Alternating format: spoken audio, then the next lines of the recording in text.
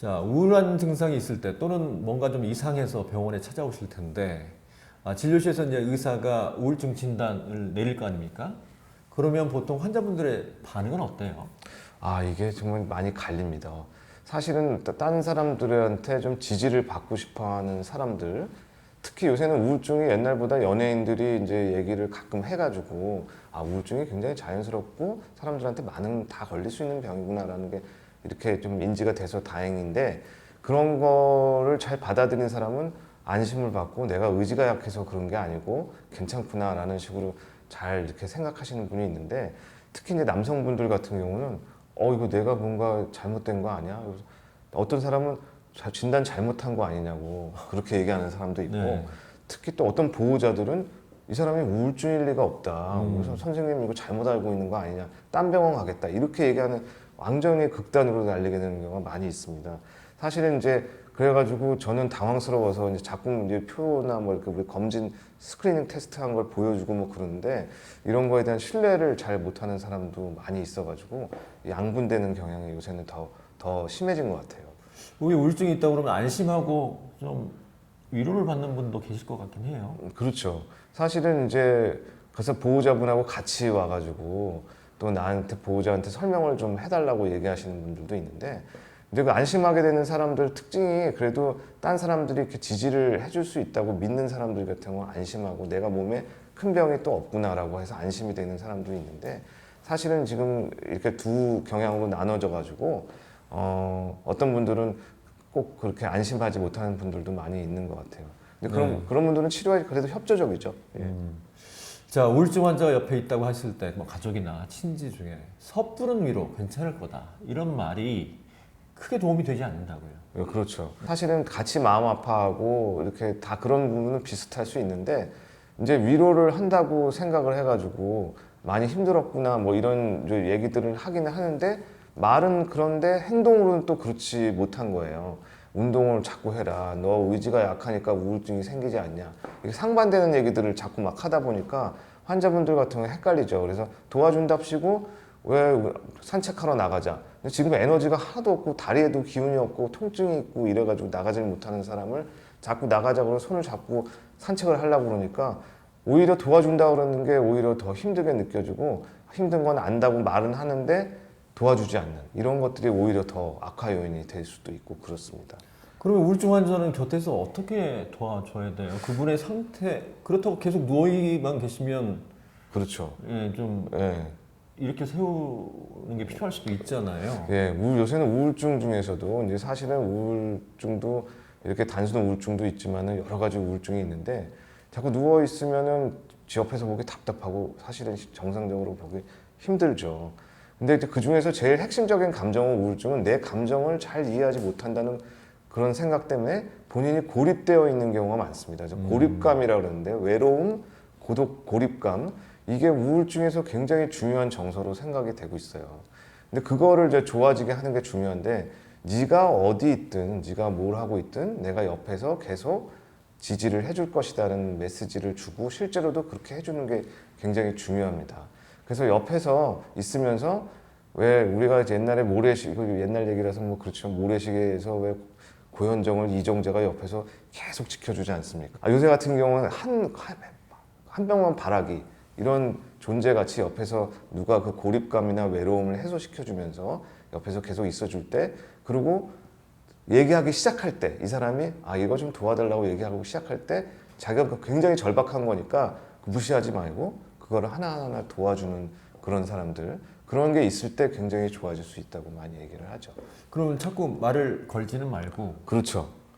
필요할 때 나는 항상 도움을 줄 수 있다. 일단 그런 메시지를, 그다음에 너를 생각하고 있다. 당신 생각하고 있습니다.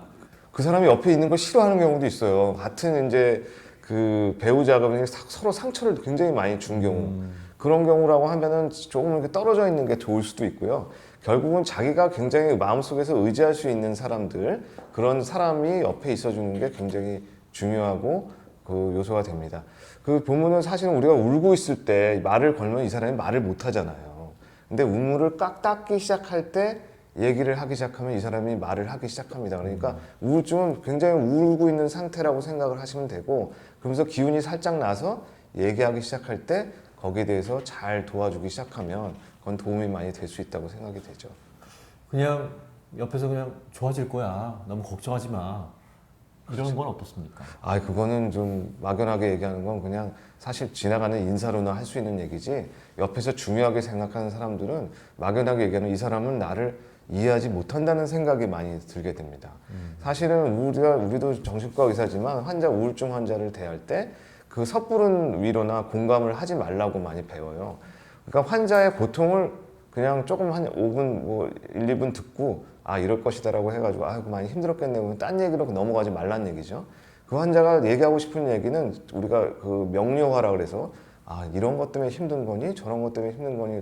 공감적으로 대하면서 얘기를 잘 물어보면 결국은 이 사람이 제일 힘들어하는 뭔가가 나오게 됩니다. 그럴 때 같이 공감을 해주고 아픔을 이해해줘야지, 그러지 않고 그냥 1, 2분 듣고 아, 괜찮아질 거야. 뭐 이거 우울증 약 먹으면 좋아진다니까 아무것도 아니야 라는 식으로 얘기를 하게 되면 오히려 이 사람이 나를 이해를 하는 건가 라는 그런 의심도 들고 오히려 더 멀어지는 결과가 될 수가 있습니다. 네.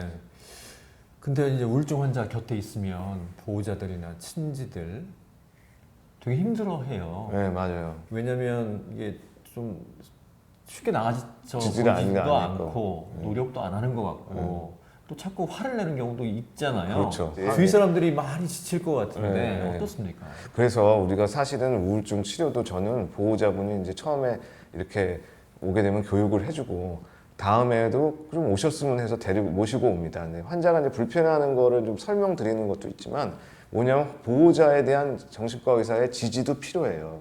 이 옆에서 그걸 옆에서 계속 보고만 있는 것도 사실은 사람이 뭐 1, 2주지 계속 이게 좋아지려면 적어도 4 내지 6주 이상은 많이 필요한데 그동안을 그렇게 지치고 힘들고 또 말 잘못 붙이면 화내고 그러니까 굉장히 어려워하거든요. 그래서 그 어려워하는 것을 같이 공감을 해주고 정신과 의사가 알아주고 이해를 해주면 다시 힘이 돼서 예를 들어가지고 남편이 주택에 상처를 주는 사람이에요. 근데 그러면 처음에는 남편을 약간 분리시켜 놓고 그래야 되지만 남편도 그러면 상처를 받거든요. 나는 나름대로 잘 했는데 나는 그래서 나름대로 잘 될 거라고 얘기했는데 그러면 남편을 잘 지지시켜주고 옆에서 할 수 있는 얘기만 하고 도와주라는 걸 좀 도와주고 그래서 가족들이 또 이 남편의 외로움이나 고독감을 도와주고 자식들이나 아니면 그 옆에서 도와주는 형제들까지 다 이렇게 지지를 해서 가족의 체계를 변화시켜주는 게 굉장히 중요하다고 할 수 있겠습니다.